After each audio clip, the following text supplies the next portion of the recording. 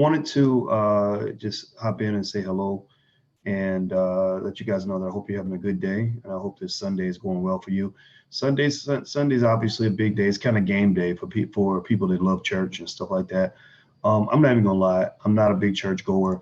If I was to be honest with you, I would have to tell you that I don't go to church. I haven't gone to church in a while. I don't have anything against the church. I actually defend the church a lot. Let me shut this door. This door is open. But, anyway, so I haven't gone to church in a while. Not because I don't have respect for the church, but because I kind of believe I should have the right to have my own version of spirituality, my own, belief set, my own belief system. I didn't need anybody to tell me what I should think, about the afterlife and what it means to live a good life and, stuff like that. So I have no shame in that game. There's no embarrassment about not going to church. It's just like voting, when I tell people, hey, I'll vote if I feel inspired to, if I feel like it's the best option for me and my family, but I'm not gonna let anybody bully me into doing something that I don't feel comfortable doing. And I know there are some people that hate it, and it's okay. I don't hate you, but I'm not gonna let you walk all over me. That ain't happening, partner, ever. Not in a million years. What's going on, Slim Fresh? What's happening? I see David. It looks like David Belgrande. Y'all got some funny Twitter names. Let's see. What's that? Irie says, absolutely. I should not always. Somebody says, why do you have to explain or feel that you need to explain that you don't go to church? That's a good question. I guess it's sort of like, I like to share ideas.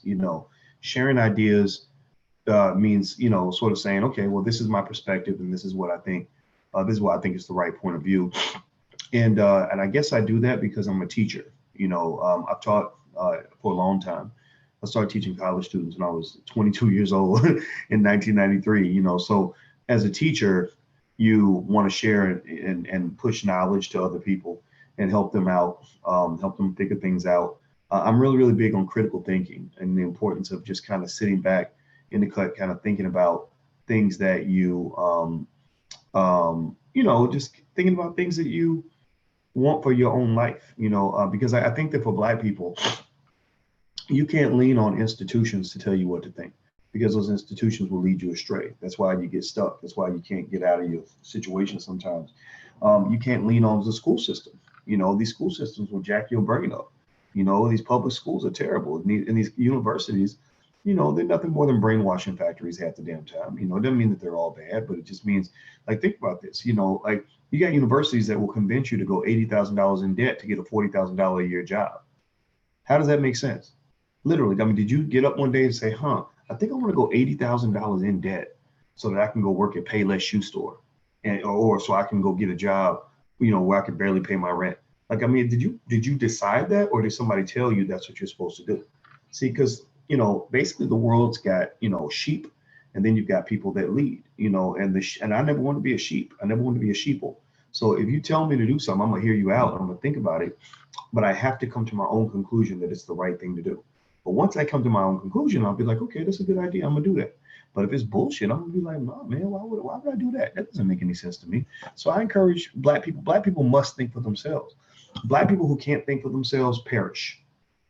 Black people who cannot think for themselves, they perish, because everything that's fed to you is complete poison. It's like food. They studies show that they market the most unhealthy food to poor people and Black people. That's where they market the most. They also will market cigarettes and all that stuff, and liquor and all of that. So if you're a person that doesn't think for yourself and you just follow along with whatever is being presented to you, then you're going to end up as an alcoholic. Maybe you're going to end up with cancer from smoking cigarettes. You're going to end up with diabetes or heart disease or strokes from eating all kinds of crazy fast food. You're going to end up broke from giving all your money away to fast food. Did you know that pay attention, listen to this. This is real crazy. You won't believe it, but it's true. Did you know that if every Black person in America simply took the money that we spend on fast food and put that money in the stock market, that 80 or 90% of Black families will be millionaires within one generation? Did you know that?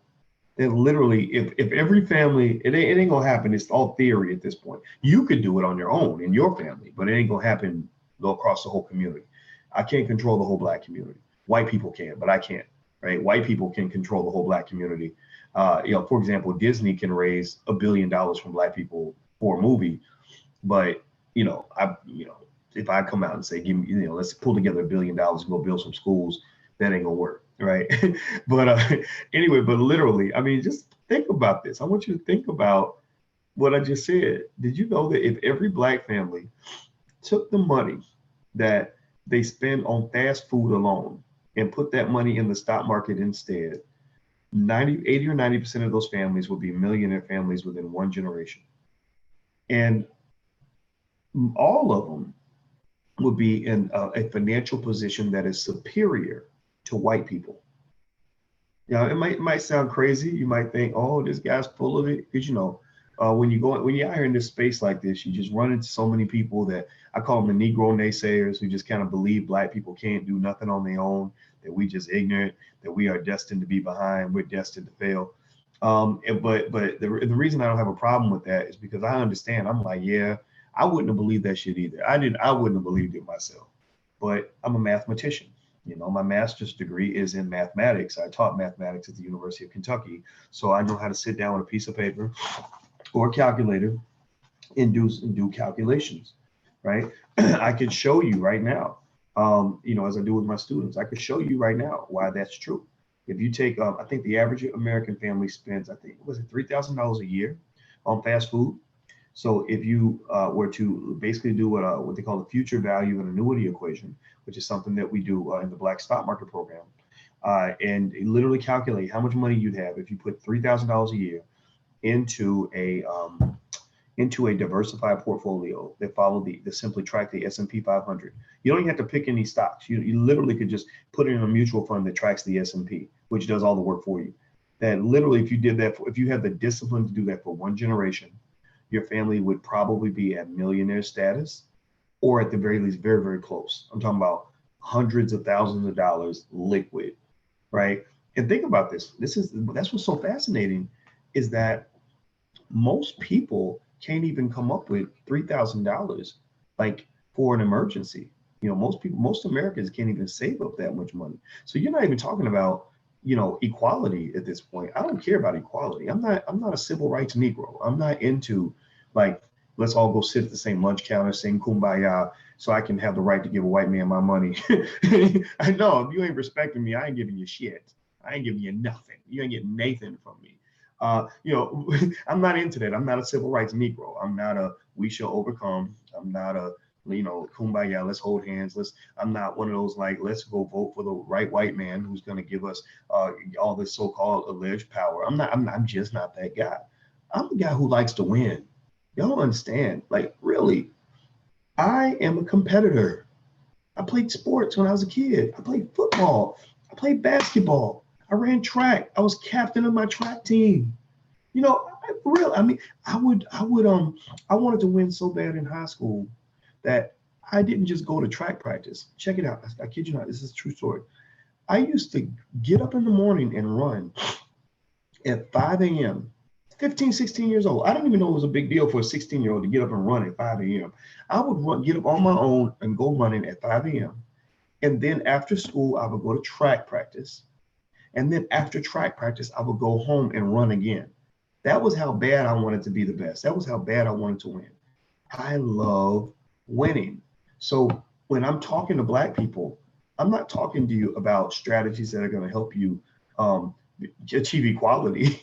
No, I'm an enemy. I should be an enemy of white supremacists, because I'm not trying to be equal with your ass. I'm trying to take all of your shit. I'm trying to defeat you.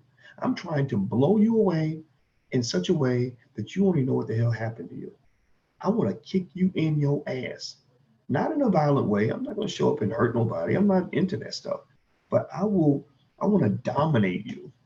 I need you. I don't want you to give me a job working for you. I want you asking me for a job so you can come work for me.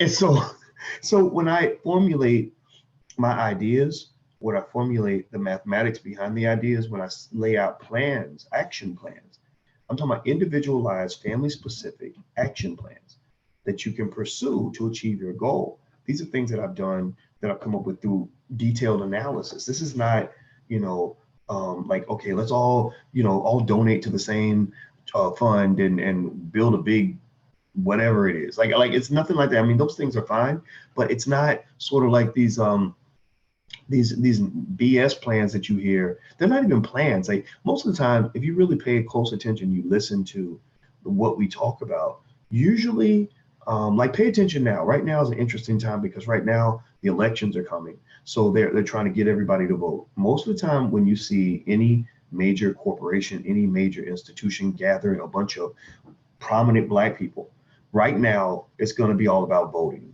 That's all that they're pretty much going to say. This is why it's important for us to get together and all go out and vote, because Donald Trump is a terrible person. Like, pay attention, listen carefully to the words that come out of their mouth. It's going to be like, yeah, and with Donald Trump in office, this is what's blah blah blah blah blah, and that's why it's important for us to show up and vote, because blah blah blah blah blah, and then go deeper. And I want you to really listen to see if there's anything else that they provide for you. Like if they say anything deeper, like, well, okay, now let's all go make investments so that we can actually control our communities and actually own, instead of having other people own hair and nail salons in our community, let's all go build these hair and nail salons. Instead of educating our children through the public school system, let's go support some of the excellent Black schools that are out here. Instead of us going out looking for people to give us jobs, let's go and demand some support so that we can actually get investment funds for these jobs. Let's tell these banks that where we're depositing our money to make loans to Black businesses. Let's tell the Small Business Administration that they should make some of their resources available for Black businesses. Let's buy Black. Let's support Black businesses. Let's make sure our children know how to start businesses so they don't have to beg for jobs. Those are the kinds of plans that I believe will be the solution for some families. I think that what is sometimes misinterpreted and confused by people is they think that I'm here, to kind of convince everybody to get on board with a specific agenda. Like they really think I'm sort of here for everybody, and I'm not. I'm just not that guy. I don't have the patience for it. I'm not built to be I'm not really built to be a traditional leader in any way. Like I don't have the patience. I don't have the patience to sit here and, like work through like a mumble rap mentality, as somebody is fighting with me and telling me all day why they know some shit that they don't even know. Like if you, don't get me wrong, if you don't understand something and you say, okay, well, help me understand, Doc, let me share your ideas with me. Let me, hear what you got to say. Then I'll talk to you all day. I'll help you as much as I can. But if you are resisting, if you're just like, I want to go listen to the rapper Future all day, smoke weed, drink purple, and beg white people for jobs and never learn how to read, I'm gonna say, okay, well, good luck with that. I hope it works out for you. I'm not gonna be like, no, come back, please. You change. You gotta change. If you don't change, how are we gonna get those brothers and sisters that don't want to listen? Well, if they don't want to listen, then it's a free damn country. It's a free country. You ain't got to listen. You ain't got to be here. You're here because you want something different and you're tired of the bullshit. You're tired of getting the same nonsense. I would go to things like the Congressional Black Caucus events and I would just be like, this is really fancy. Like, this is really fancy stuff. Hey, is it almost time to go? No, it's not time to go. Are you online? Yes. I'm going to send you something. Just take a look. Okay. I'm sorry. That's all right. Okay. All right. That is a beautiful Black woman right there. That is, if you ain't got you a hot, wonderful, and brilliant Black woman by your side, you gotta get one of those. You gotta get one of those. It's better than Alexis. Anyway, she's awesome though. She's the reason that I lost all that weight. A good woman can elevate you to do things that you might not have done before. That's in fact, the greatest beauty of a woman is exhibited when she is in her natural state as a giver of life.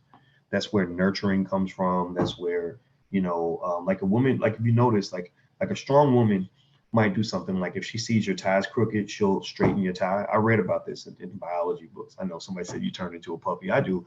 I've known this woman for 25 years, and I tell you, she's a real special person. like, but a real woman, like, will see your tie crooked and she'll fix your tie, or she'll see that your office is all messy and she'll straighten it up, or she'll move some, she'll say, well, the painting would look better over here. And I read about that in a book. And one of the things that they said was that, that in a woman's nature, they're naturally givers of life, that they give birth to children and things like that. And as a giver of life, that's what drives them to want to nurture, to make things better, to improve people, things like that. Like, it's all about giving life, a life-giving force. So anyway, that's just the theory. So she does that. She embodies that. And that's why I respect her.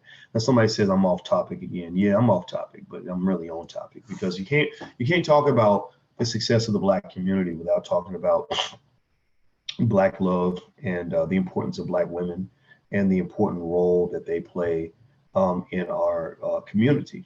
I think that one of the other shortcomings of Black leadership is that we do not have enough women that are elevated to the position of leadership. And I think that we lose because of that. I think that as Black people, we do not, think about this. If you look at Aretha's funeral, you saw, all these Black leaders on the stage, and they were all men. It was Farrakhan, Al Sharpton, Michael Eric Dyson, Jesse Jackson, etc. And I don't think that's appropriate. I think that we have to sort of give women the opportunity to do what they want to do. Let's see. JD says Black people need hope. Yeah, I think hope is not a bad thing. Hope is, I live off of hope. If I had no hope, I wouldn't be getting up doing this stuff.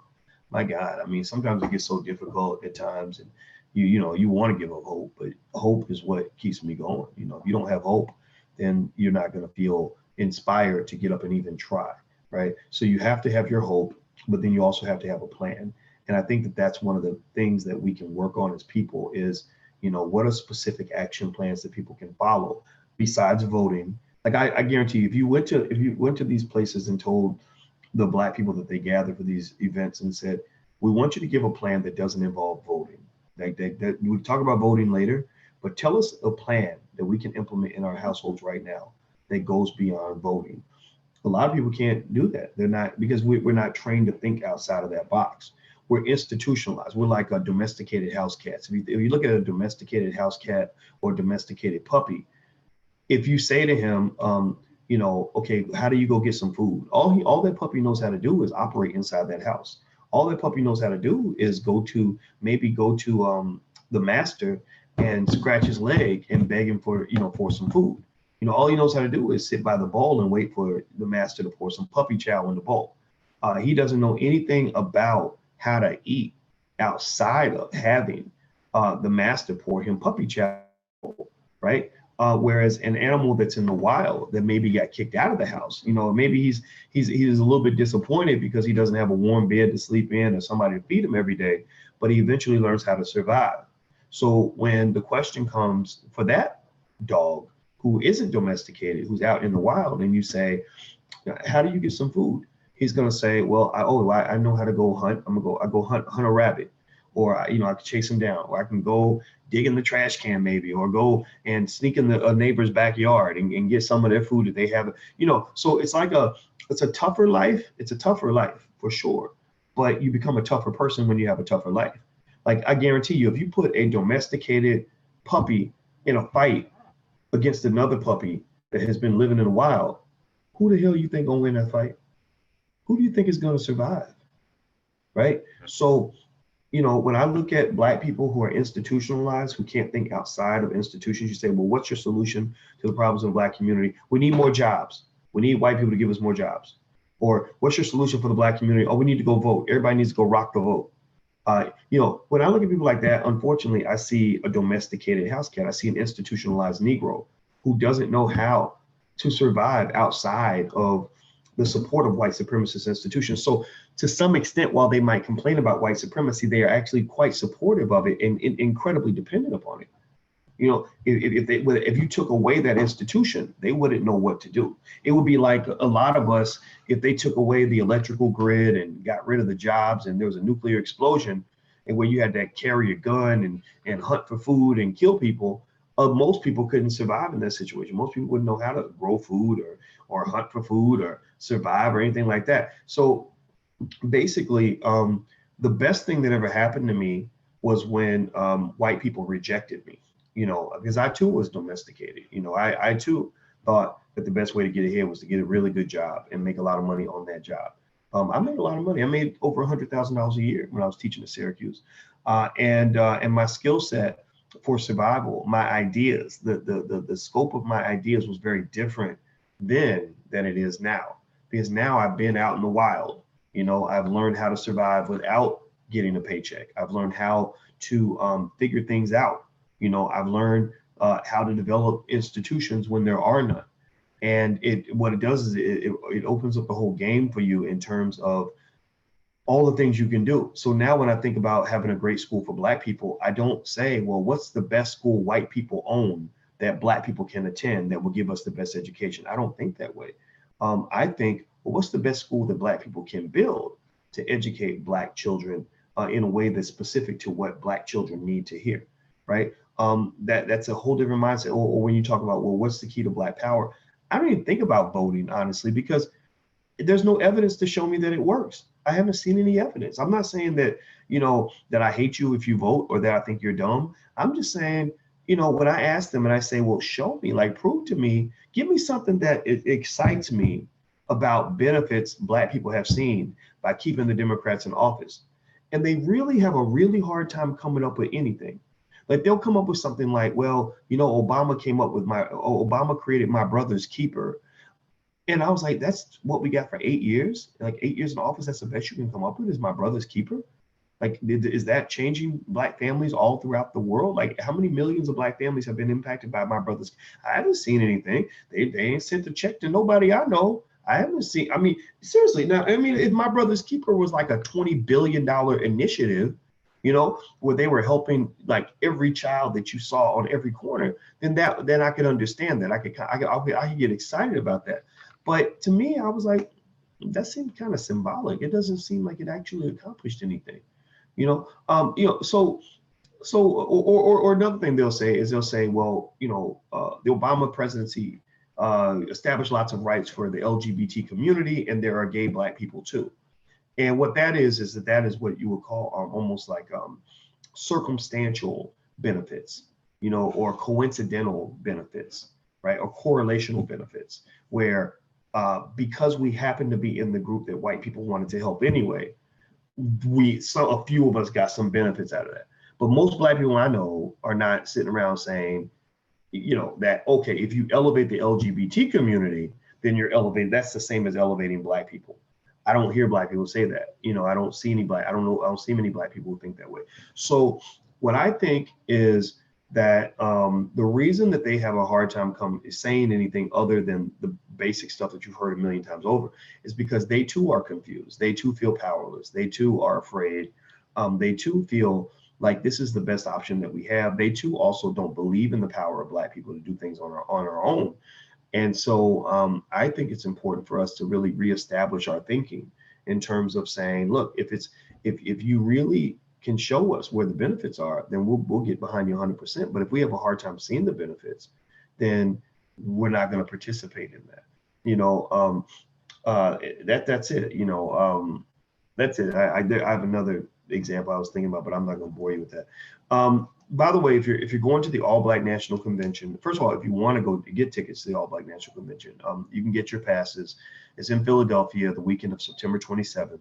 You can go to allblacknationalconvention.com. That's allblacknationalconvention.com. If you want to watch it via live stream, you can check out the live stream by joining abncdigital.com. abncdigital.com. Somebody please type that in. abncdigital.com. At abncdigital.com, the first month is totally free. And you can also get access to a lot of other good stuff. We've got trainings in there. The thing that I did with Louis Farrakhan on wealth, education, family, and community, establishing new paradigms of thought for Black families. That is also included, as well as all the footage from all the previous conventions. So that's exciting too, because the other conventions were just as insanely amazing as this convention is going to be. The theme of this convention is building our own, But truth be told, that should really be the theme of every convention. That should be the theme of, I mean, it's not, it's a marathon. This is a marathon. This is not a sprint. So, the idea that we're going to, that we would focus on building our own for 1 year only, it wouldn't make any sense. This is a lifelong journey. This is a lifelong mission. So at this convention, the whole conversation will be centered around, okay, how do we have our own schools? How do we go and buy, property, buy blocks, and engage in Black gentrification? The Black Gentrification Project, and we're going to launch that soon. Working with Dr. Venetia Dutra, who has a PhD in finance, and we're working with lawyers right now to get the necessary approvals to do a debt offering to raise $1 million to go buy a couple of buildings. And then we want to flip that and go into higher levels of real estate investment. What else? What other questions need to be asked? Families, how do we deal with relationships and build strong relationships and rethink our families as empires? I really practice internalizing the idea that your family is one of the most important institutions that you'll ever be a part of. And your family is as much of an empire as you decide for it to be. If you decide that your family is just going to be a bunch of random people who are all going to work for white folks, then I guess that's okay. But I think that there's more for your family. I think there's more for you. Even if you don't have a lot of money, seriously, like if you think about your family as an empire, then that's what it becomes. It just may be an empire that doesn't have a lot of money in the beginning, but if you do long-term investment plans, then in one generation, your family could be worth over $1 million. So suddenly you are a millionaire family, and also becoming a millionaire doesn't just start with how much money you have. It starts up here. It starts with your mindset. Really, there is such a thing as a millionaire mindset. A millionaire mindset is a person who thinks more about investing than they think about spending. They think about growing capital more than they think about kind of borrowing and letting go of capital. They think about ownership more than they think about, borrowing or receiving charity or support from other people. There's like a way you think when you have a millionaire mindset. And most people I know who become millionaires establish the millionaire mindset even when they don't have a lot of money. Now, somebody says, how do I get Black enough gear? We do have a store if you want to go check it out. I think the Black enough shirts are in the store. Go to drboycebooks.com. That's drboycebooks.com. There's all kinds of stuff for your family. Like literally you could educate your whole family off of this stuff. From an economic standpoint, we've got apparel, we've got books, we've got digital lectures that will change your life. We're talking about things like how to build your own family bank. They don't teach that stuff in college. This is stuff I figured out and put together after I stopped teaching at Syracuse University, right? This was, the beauty of having a PhD in finance. What the PhD gave me, which I wouldn't have had if I was like, a guy who like worked at a bank or took a few classes.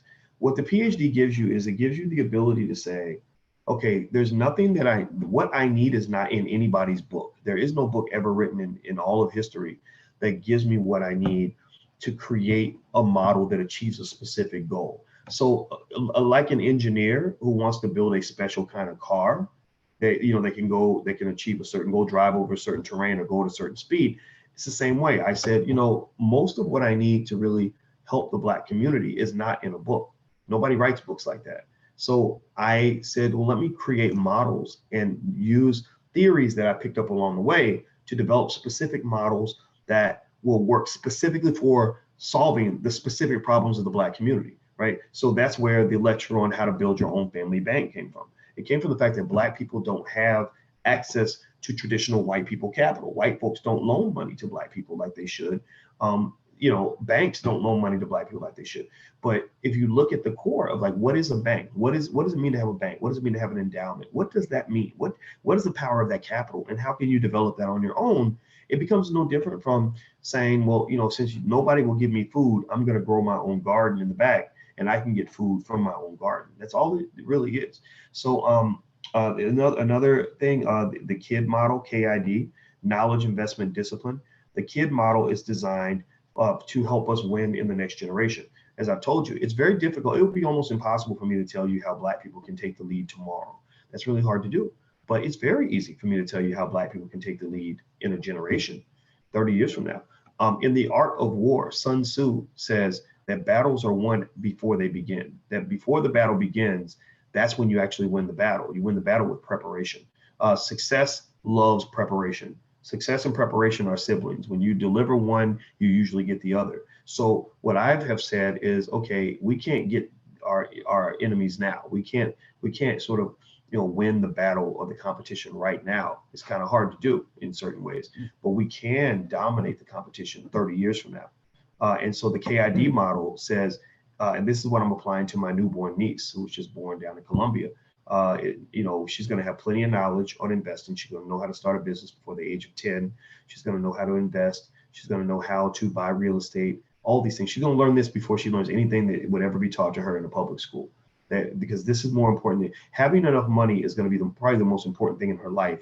And then she can go and do other things, right? So we're going to make sure she's good in that. Investment means that I've established a trust for her, and I'm putting lots of money in the trust to get it started, and then I'm going to make regular contributions to the trust on autopilot based on the models of how money grows. What's going to happen is I'm going to probably end up putting, I don't know, let's say I end up putting over 30 years, $100,000 in her trust. Well, that $100,000, if you invest it on a consistent basis, is going to grow to over $1 million, right? So she'll be a millionaire. And then discipline means that you have to raise your child in a way where they're ready to fight, where they're tough, where they're ready to make sacrifices, they're ready to stand up against adversaries, they're ready to go out and fight for resources, because Black people lose their discipline because it's taken away from you. It's been taken away from you since slavery. They didn't want disciplined, strong slaves who were going to stand up against oppression. They wanted weak, docile slaves who would lose focus the minute things got hard. So what unfortunately has occurred is that you have a lot of Black people who really break down very quickly. All white people have to do is sneeze at them, and we start crying and whining and begging and praying to Jesus that they'll stop doing this to us. And I'll talk about building a Black Wall Street, and people will say, well, Doc, why should we build a Black Wall Street? Because if we build it, all they're going to do is tear it down. Well, that speaks to a lack of moral fiber in you. That speaks to a lack of backbone in you. Because do you know that check this out, in the Vietnam War, the United States government could not understand why the Viet Cong were able to keep bouncing back and fighting them, because they literally dropped more bombs on North Vietnam than all the bombs added up dropped by all countries combined during World War II. They literally were like, we're going to carpet bomb these sons of bitches. We're going to blow these motherfuckers up to the point where they're going to be so demoralized, so broken, that they're going to want to surrender. They're going to definitely come to the negotiating table. So they spend billions of dollars dropping thousands of bombs on all kinds of people, innocent people too, blowing up bridges, anything they build, they blew it up, whatever. And check this out. They could not understand how in the hell these people still kept coming back. Every time they blew up the Ho Chi Minh Trail, which is what they used to bring their supplies down south, the trail would just be rebuilt the next day. Every time they blew up a bridge, the bridge would be rebuilt the next day. And they were like, this is insane. They had never seen anything like this. And when 20 years later, when they did documentaries about it, and they went and talked to North Vietnamese people and said, how did you do that? How did you stand up and keep on going despite all this insane amounts of bombing? And they said, we just had a saying that we repeated to ourselves. It was, if they blow it up, we will rebuild. If they blow it up again, we will rebuild again. And I said, I'll be damned. I'll be damned. If I can get Black people to have that kind of mindset, shit, ain't nothing they can do to stop us. Imagine if 100% of all Black people had that kind of determination when it came to building Black Wall Street. Imagine if we had that kind of determination when it came to educating our own children. Imagine if we had that kind of determination when it came to building wealth in our communities. Imagine, we wouldn't be, nobody could stop us. Nobody could stop us. But now, unfortunately, if somebody calls you the N-word, your feelings get hurt, you get depressed, so you go home and sit in a liquor bottle for 6 months and, whatever. I'm not saying this is true for everybody, but we all know people who unfortunately are so broken that's what they do. A lot of Black men are broken. A lot of Black men are depressed. So they're committing suicide slowly through drugs and alcohol or whatever. Your testosterone has been taken from you. Your manhood has been stolen from you. A lot of Black women are depressed. just, where things get hard, they just say, I don't want to fight. I just want to, get along to get along. I'll just be the help, and that comes from the fact that you're former slaves. It comes from the fact that most of the media you consume is designed to keep you docile. That's why movies like The Butler do really well in the Black community. That's why movies like The Help do extremely well in the Black community. That's why movies like Driving Miss Daisy get made on a regular basis. They love to make movies and educate you in a way that says, look, don't fight. Don't fight. If you fight, it's only going to be hard for you. You're not going to win. You're not going to win. Yeah, that Boyce Watkins guy, all he's going to do is get you in trouble and fill your head up with a bunch of ideas that are going to make your life harder. So just give up. Just don't even try. Here, come to the Beyonce concert. Come to you got an extra $100. Don't invest that money. Go buy you some Popeye's chicken. That'll make you feel better. That's kind of what happens to you. That's how you get lulled to sleep. So to me, wokeness is deeper than just being woke enough to complain about your problems. Wokeness is being woke enough where you say, no, I'm going to keep fighting, even if I think I might not win, even if I think I probably won't win. I'm going to fight just to make a point, just to let you know that I'm a fighter, just to set the tone for my children, because I might lose the battle, but they're going to watch me going down on the battlefield bloody and burning. And that's going to inspire them to come at you with a whole different strategy that I never thought of. But that's going to prepare them for battle, so that the minute the opportunity opens up for them to get ahead on your ass, they're going to come get you. They're going to come get you. They saw mama washing dishes for Miss Sally for 25 years. And it was hard for me to get ahead, but I still taught my children how to invest. I still taught them how to start a business. And now look at this. My son is worth $20 million, and he's got more power than you'll ever have. Right? It's always that person who's willing to make the sacrifice that opens the door for the people that are able to get the benefits. Just like football, it's the linemen who, with their faces in the mud and the dirt, with blood on their jaw, who clear the pathway for the running backs to get into the end zone. So some of us get to be the running backs. Some of us have to be the linemen. Some of us have to bust the hole open so somebody else can get through to the end zone. So what you have to do right now is you got to really practice. And this is kind of, when you come to the All Black National Convention, this is the way we think. This is people who think this way, this is what this is for. It's for people like you. I need you to really get over yourself and stop thinking about right now. Stop thinking about Colin Kaepernick. I don't give a fuck about that, beyond the fact that I'm happy for this man. I'm glad that he got the deal with Nike. I'm glad he took a knee. I think Colin Kaepernick has done a wonderful job of doing his role. But I'm not really thinking about 2018. I'm really thinking about 2058. I'm thinking about 2068. I'm thinking about, 80 years from now. And what I really want you to try to do is to think about your own family. Don't think about all these people on TV. Most of these people on TV don't care nothing about you. Colin Kaepernick, for example, he took his knee. Colin, if you pay attention, watch Colin's Twitter. Watch his Twitter account. Most of what you see on Colin Kaepernick's Twitter is, it seems it's the stuff that you see with a celebrity who's trying to protect his money. It doesn't mean Cap is a bad person, though. It just means, I'm like, okay, he's protecting millions of dollars because he ain't trying to say nothing that's going to really rock the boat. He ain't really trying to get up for real in the middle of the battle like the rest of y'all. He ain't really trying to be in the struggle like that right now. He's paid his dues. He's kind of conducting himself in a way that an elder conducts themselves when they already went out to battle. They already made a sacrifice, right? So I want you, let me share the screen of his Twitter. I'm not even looking at it. Okay, so here's a retweet he shares about some soccer players kneeling. Here's a Nike ad. See, so now he's unfortunately he's kind of corporate, right? Most of his posts are Nike posts. Most of them are Nike ads, and I'm sure Nike paid him millions of dollars to sell products, right? Here's another post from his lawyer, Mark Garagos, about NFL owners. So again, this is his multi-million-dollar lawsuit that I hope he wins, and that's him sort of taking care of his pockets. Here's another shared post. Let me see. Over 500 prisoners died in Hurricane Katrina because they were locked in their cells. I'm at a loss why someone would decide these prisoners in the flood zone for Hurricane Florence are not being evacuated. Okay, so he cares. It's not to say he doesn't care. It's to say that he's being extremely careful. Here's another one. He's got his Kaepernick jersey that he's selling. He says it's out of stock, but he says all of the profits go to the Know Your Rights camp. Okay, so I don't see this as a greedy money grab, but he's selling. He's doing a lot of selling, which is okay. Selling is fine, but you don't really see him sort of jumping into the fire like that, right? You don't really see him sort of jumping in like something like the biggest thing in the world can happen tomorrow, and he probably won't have much to say about it himself. It's not probably, I bet it's not because he doesn't want to say anything. I think it's because he can't. His lawyers are telling him, don't talk too much, don't get in the middle of too many things. It's going to mess up your lawsuit. It'll mess up your Nike deal. Like here's another one. Let me see a picture of a lady wearing his Kaepernick jersey. Here's another one, his Kaepernick jersey. Another one, his Kaepernick jersey. Another one, look, just pay attention. Look at this.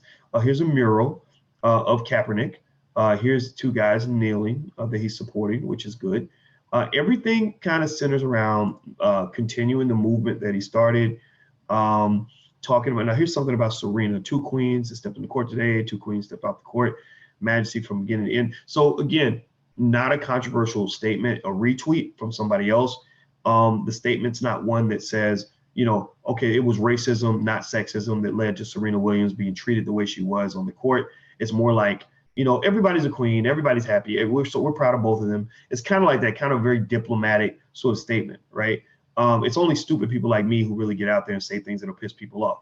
But here's another. This is a Nike ad. This is the Nike ad. A Nike ad. Nike ad. Nike ad. Nike. What is this? Kaepernick's not going away. A news article about Kaepernick. So I think that what is interesting, about it is that it's kind of like, I think the question you have to ask yourself is, at what point, do you as a Black community elevate your condition and your position because of the things that any celebrity is doing right now? I'm not saying that Kaepernick's not a good dude though. Don't interpret this as me thinking like, oh, I want to throw rocks at this guy. It's more like saying, that Kaepernick, I believe, should get a certain amount of your mental space. There should be a certain percentage of your brain that goes to saying, great job, very proud of you. We're glad things worked out for you. But then there's that other part of you that has to say, okay, now I got to go take care of me and mine. Now I need to figure out how to get my children ahead. My children are not going to get ahead by me spending all my money on Nikes. Like, that's just not going to happen. But I can, but Nikes are nice. Like it's okay to buy a pair if you want to. Check it out. Look at these Jordans I got. Now tell me these are not like the coolest Jordans you've ever seen. And look at this. Watch this. Watch this. Let me just really wow you. Look. That's a second pair of Jordans. Look. Now tell me that y'all think I'm a nerd, right? But I got style. I believe I got style when it comes to my sneaker game. My sneaker game is nice.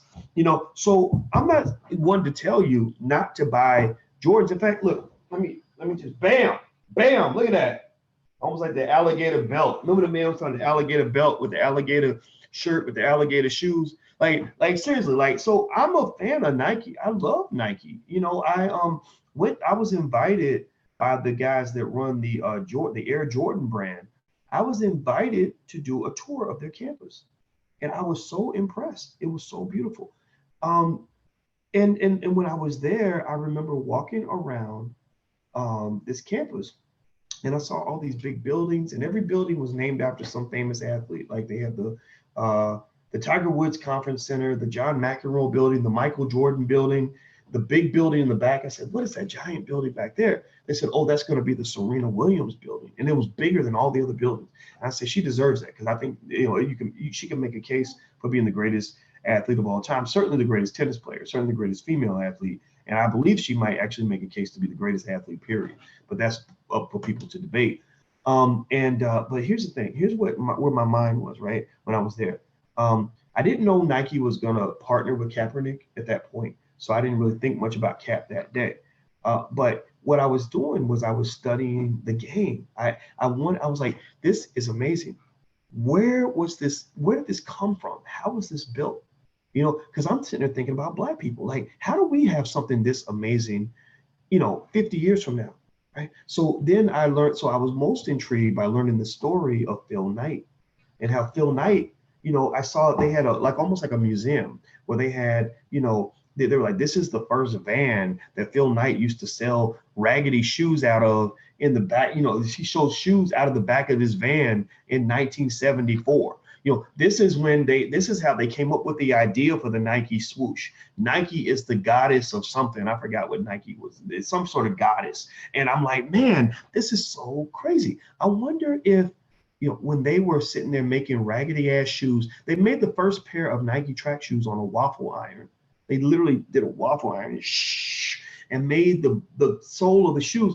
And I was thinking, I wonder in 1976 if they thought that they would have this billion-dollar campus, that looks so beautiful and be selling like billions of dollars worth of shoes all around the globe every year.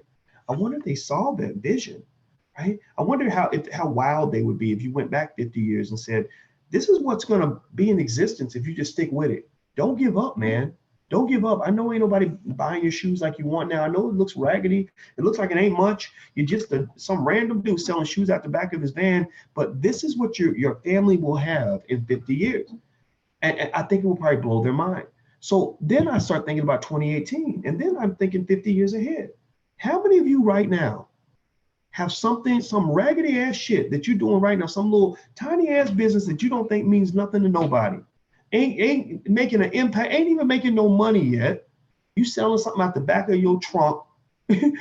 That how many of you right now have some business right now that ain't much of nothing, that in 50 years is gonna be a multi-billion-dollar company that's selling products all around the world? How many of you have that right now? And how many of you right now who have something that's going to grow into something that massive are thinking, well, I ain't got nothing. This ain't shit. I didn't make nothing but $5,000 last year. I'm gonna just drop the business. I'm gonna go back and get a job.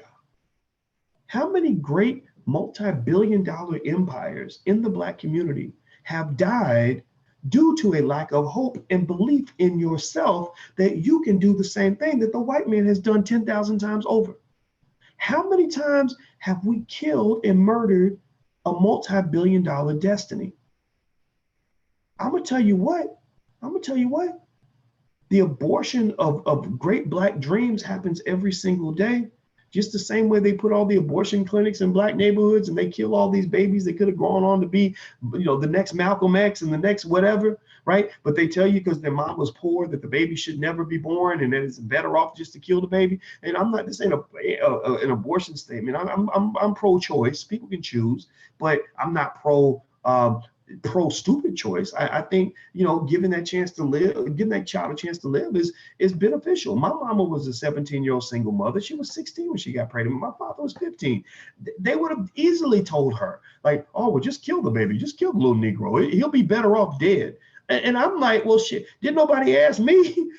Did nobody ask me if I'd rather be dead than poor? We were poor. I was born in the projects. We didn't have no money. I know what it's like to get your car repossessed. I know what it's like to get the lights cut out. I know what it's like to damn near get evicted because you can't pay the rent and hide from the landlord. I've seen all that. I know what it's like to not have no food in the refrigerator and suddenly have food because mama just got her paycheck today. I know that feeling, and there's no way on earth I would trade my experience in poverty with death. There's no way I would be like, oh, well, it was so hard. I would have been better off just dead. No. My mama gave me a chance to live because the conditions that we were in were temporary.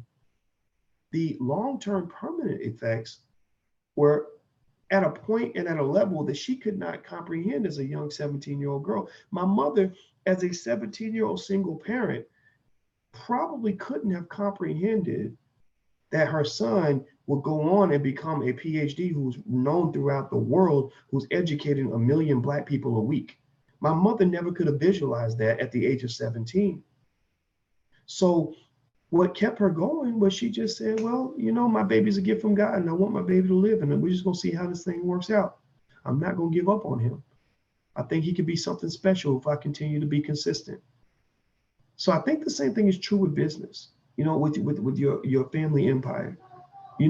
There's no reason for you to believe that your grandchildren will be worth $1 billion one day. There's no reason for you to believe that your little tiny ass, raggedy ass piece of shit company that ain't making nothing but $10 a month is going to grow into some multi-billion-dollar empire. But here's what I'm here to tell you right now, and this is the fact, and I need you to really walk away and internalize this. You don't know shit about the future. You don't know anything about what you're capable of. You don't know nothing about what plan God has in store for you 40, 50 years from now. You have no idea what your grandchildren and great-grandchildren are going to be doing because of what you're doing today. The things that I'm saying right now that are coming out of my mouth, I have no idea how many young people I'll inspire 80 years from today after I'm dead who are watching this video right now in the year 2098 because it's helping them get through the situations that they're facing then. You have no idea. You have no idea how great that seed is going to grow, what kind of sycamore tree, what kind of California redwood is going to grow from the tiny seed that you plant today, because all you can see is a damn seed. So all you need to do is shut the fuck up, stop thinking you know everything, stop believing that you know what your limitations are, and just plant the damn seed. And plant another one and plant those seeds consistently and say the universe will then decide how great these seeds are going to become. That is your only job. Do your job. Do not neglect that seed having a chance to grow because you have been so limited by white supremacy that you can't even possibly visualize the magnitude of the power that God has in store for your family because of the things that you do today. Stop it. Just stop it. Stop killing billion-dollar dreams because you got a $10 mentality. Stop it. Just plant the seed and go on about your business. Just teach your children the basics of what they need to know. Teach your children how to start a business, how to invest, how to do things like that. Tell your children the things they're going to need to be successful. And then that's your job. That's your only job at that point. And then watch what they do that you can never possibly even imagine. They're going to take the little morsels that you give them and they're going to turn that into something that you can't comprehend because you are too afflicted with the slave mentality. You, like me, are constrained by the limitations of the white supremacist mindset. You ain't nothing but a slave half the damn time. Most of us are. And I'm throwing myself in that category too, because I'm overcoming the conditioning that was given to me as a little black boy in Kentucky. So just plant the damn seed and let the universe do the rest. Do not kill the possibilities that might exist for your family because you don't care enough to even plant the seed. That's it. I'm about to go. I didn't even mean to talk about all of this. It just came to mind. I kid you not. Okay, last but not least, don't forget, the All Black National Convention is happening in Philadelphia the weekend of September 27th. If you want to come out, if you live anywhere in the Northeast especially, you could take a train down. If you live somewhere else, there's still plane tickets you could buy that won't cost a whole lot. It'll change your life. It'll be well worth it. You can go to allblacknationalconvention.com. That's allblacknationalconvention.com. In fact, if you're watching this live stream and you go buy a ticket right now because you heard about the convention today and you fly in from somewhere else, tell me when you get to the convention and I'll autograph a free book for you or give you a free gift or something as a thank you or as out of respect for the fact that you made that decision. The other thing is if you want to see the live stream, if you want to join via live stream, the link to join via live stream is abncdigital.com. That's abncdigital.com. Last but not least, if you want to get your children involved in our Black Business School for Kids, the first month is totally free. You can go to blackmillionairesoftomorrow.com. That's blackmillionairesoftomorrow.com. It gets rave reviews. We offer little degrees, almost like little college degrees that your child can receive once they complete the program. It's very, very important that we validate our children, not let other people do it. It's almost like how a father should be the one to tell his daughter that she's beautiful. So she ain't looking for some raggedy man to tell her that. She should know she's beautiful because her father told her. So you don't wait for white supremacists to validate your child with a degree. You do it. And in that way, they already know that they're smart. They already know that they're qualified. They're not looking for their oppressor to tell them that they're qualified, because that's going to come with abusive conditions, right? So feel free to go check it out. The first month is free, and I'm almost done with the entrepreneurship section of that program. We actually have 15 things your child should know about investing, 15 things your child should know about money, 15 things your child should know about the stock market, 15 things your child should know about real estate. So our children are coming out as little real estate geniuses out of the program. They know more than most adults. And then the entrepreneurship program, if you're in blackmillionairesoftomorrow.com, when I release the entrepreneurship program for children, then you will get access to that for free, because you're a member of that program. So you don't have to go out and buy a new program. You actually get access due to your pre-existing monthly membership. So so if you want to try it out and kick the tires and see if you like it, the first month costs you nothing. So you can go to blackmillionairesoftomorrow.com. That's blackmillionairesoftomorrow.com. I'm out of here, guys. Have a good day. I'm about to go and pick some apples with that beautiful black woman that came in a few minutes ago, who can pretty much charm me into doing anything. We're going to go and pick some apples today with the kids. So let me roll up out of here, y'all. I love you guys. I'll see you soon. Have a good day. Peace.